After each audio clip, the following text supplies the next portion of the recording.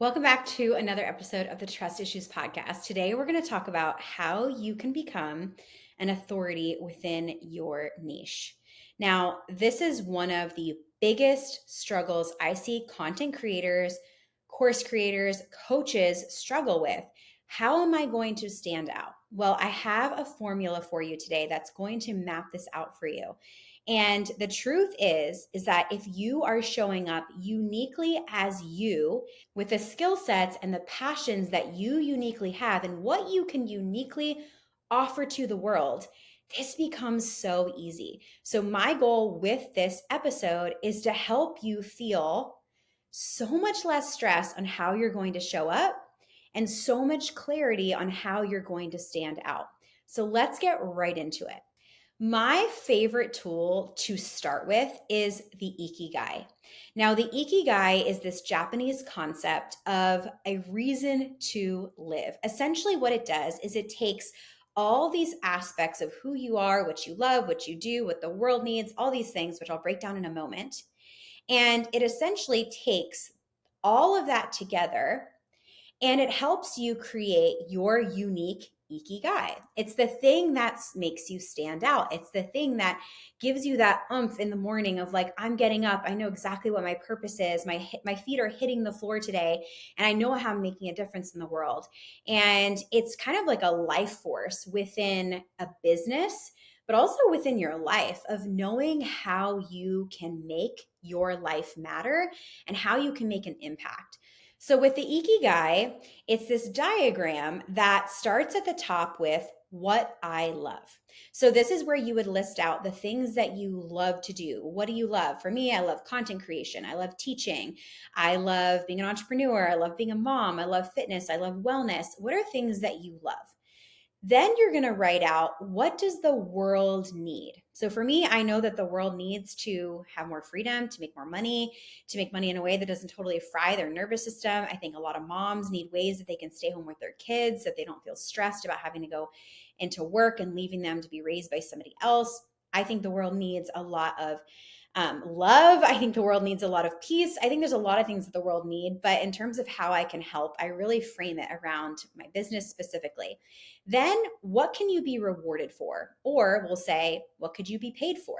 And so for me, I know it's like coaching women, coaching moms, helping women, moms, ambitious women create online businesses, create digital products, online courses to help you actually monetize. I think that's like really what it boils down to for me. This is where you're going to have to figure out what this is for you. And then fourth and finally, what are you good at? So this is where you're taking all these things. If you want to become an authority, if you want to become known for something, you need to take like, okay, what do I love? What do people need? What are people going to pay me for? And what am I good at? And I kind of find that center of it all. Where are they crossing over? Where is their crossover so that you can pinpoint this one area in which you're essentially building your business and your personal brand around? And if you're in business for yourself, you are building a personal brand.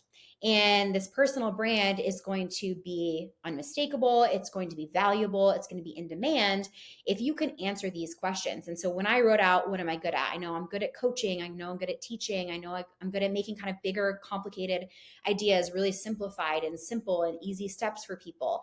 And so when I took all of that, it really it was such a no-brainer to create a group coaching program. And through my group coaching program, I could do what I love.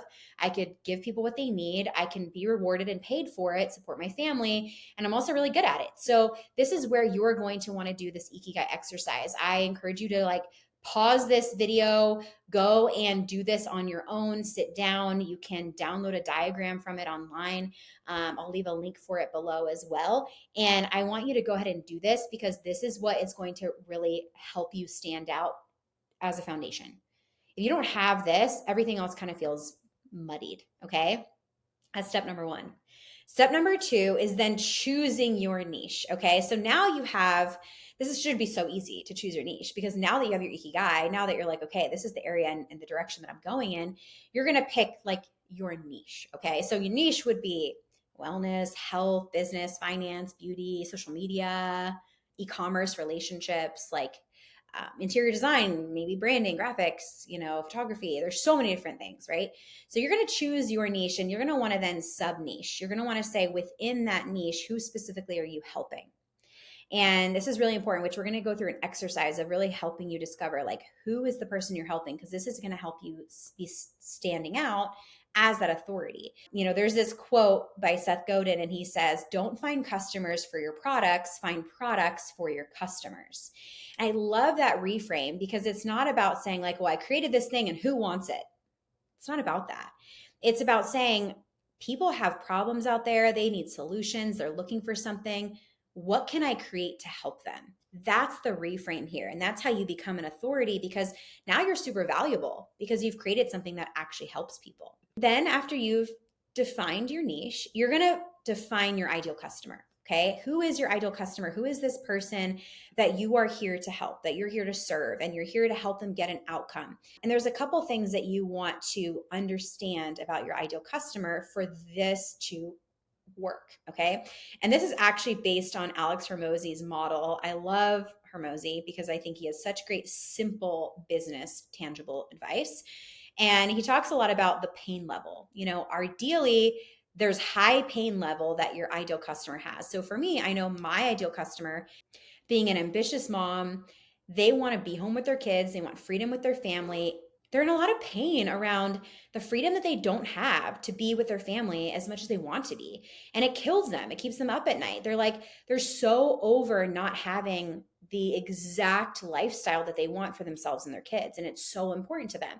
So there's a high pain point there. And the financial piece is really big too, because they're like, if I can't afford to live the life that I want with my kids, and we have to say no to all these things because of finances, like, this is just not working for me. And I am so not available to live in this scarcity anymore. I want more for my kids. I want more for my family. I know that's who I serve. So think about the pain level that they're in. Really understand that. And then also, does this group of people actually have purchasing power? Can they actually purchase from you? Because if you are going to become an authority in your niche, you do want to be able to sell to those people. You want to be able to say, like, I can serve you, I can help you, whether it's a product, it's a service type of, done with you type of product, or it's an online course, it's completely DIY. It doesn't matter. You want to be able to know that this isn't just you targeting college students who are broke and who can't afford what you have to offer, right? So think about that, as well as, is it easy to talk to them?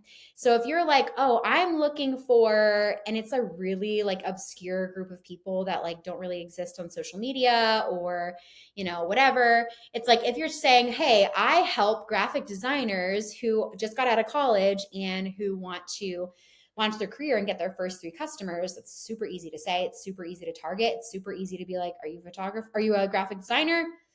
Great, this is for you, right? There's no mystery there. You don't want to have mystery. This is how this is going to allow you to stand out in your niche. And then it also should be a growing audience, an audience of people who are growing, and that that there's only going to be more added to this group of people, which essentially gives you more people that you can serve. Okay. And so I did a lot of research on like what people say about target audiences and target markets before I hit record in this video, because I wanted to share with you a couple insights that are really powerful. And this is from elementor.com. And they say that a target audience is a group of consumers that you want to target with marketing campaigns to generate sales for a particular product or a service. It should accurately represent consumers who are more likely to buy that specific product or service. So this is the biggest thing. So many people are like, well, I want to target moms, but that's not super specific. That's not a specific target audience. That is like a general population.